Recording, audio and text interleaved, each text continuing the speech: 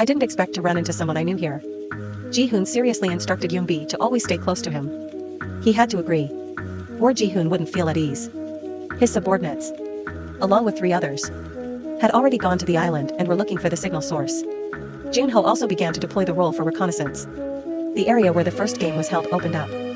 When Ji-hoon entered the gym for the second time, he started to observe the surroundings more carefully. Suddenly, he realized something and immediately checked his dentures.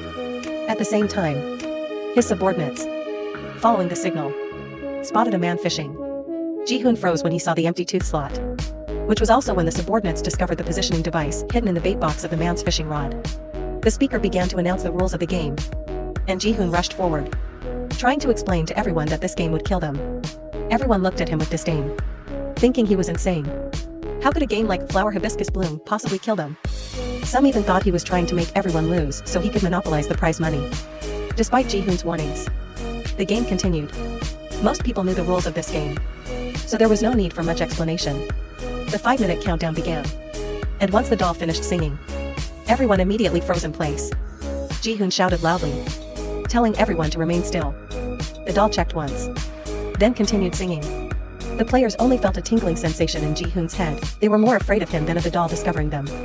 Unlike his previous round, the players this time were quite serious. It seemed they were determined to win the prize money, regardless of what they thought. Every time the doll finished singing, Ji-hoon shouted loudly to remind them not to move. Everything was going smoothly until a bee landed on a player's neck. She screamed, and a hole appeared on her forehead. Ji-hoon knew that others would panic, so he quickly reminded them. However, fear was not something that could be controlled. It spread quickly like wildfire, causing nearby players to panic and run, only to be shot down like falling fruit. In the blink of an eye, a small group was eliminated. The other players, following Ji-hoon's warning, tried to hold back the urge to run. However, as the game continued, they hesitated to move forward.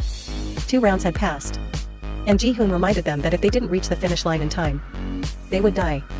The doll's eyes were motion detectors, but it couldn't detect movements that were not visible. Therefore, smaller players should stand next to taller ones, like a train of people following each other. Half of the time had already passed, and they could no longer delay. As soon as the doll turned around, everyone followed Ji-hoon's advice. Yoonbi now understood why Ji-hoon had told him that. While observing the players, Noyeol noticed that the man with the strawberry hat was also participating. Watching the players move in a line and act decisively, the leader started to feel uneasy. Things continued as they were. Occasionally, someone was eliminated for not stopping in time or being pushed by someone else. If one part of the body wasn't trembling, another part was. However, now everyone's mind was focused only on reaching the finish line. The sound of gunshots and the sight of death no longer concerned them. At Ji-hoon's call, everyone ran straight ahead. On the field, only half of the players were still on their way to the finish line. Player 444 was eliminated, but the staff deliberately avoided shooting at vital spots. In the final 30 seconds, Ji-hoon accidentally discovered that player 444 was still alive. Without hesitation, he immediately turned back. Unexpectedly, at the critical moment, player 120 stepped in to help them. With just 1 second left on the countdown, the 3 of them completed the game.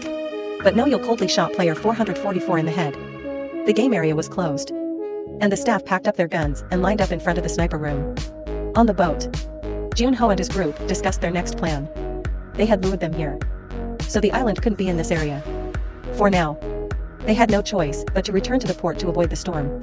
After the recent crisis with the deaths, everyone was in shock, unable to believe what had just happened. When they met the staff again, the players' attitudes had changed drastically. The lead staff member declared that they had passed the first game.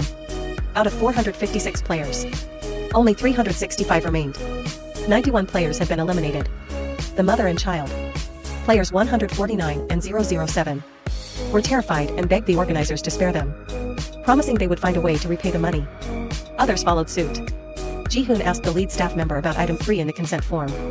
The staff member confirmed that the game would stop if the majority of players agreed. Before the vote, they would announce the accumulated prize money.